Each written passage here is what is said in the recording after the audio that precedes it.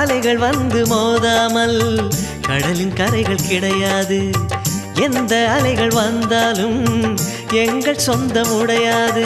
சுற்றி சுற்றி வருதே பட்டு தென்றல் காற்று, இங்கே என்ன பார்க்கிறது? ஒட்டு விடும் மலரை காஞ்சிப்பட்டு நூலில் கட்டித்தர கேட்கிறது.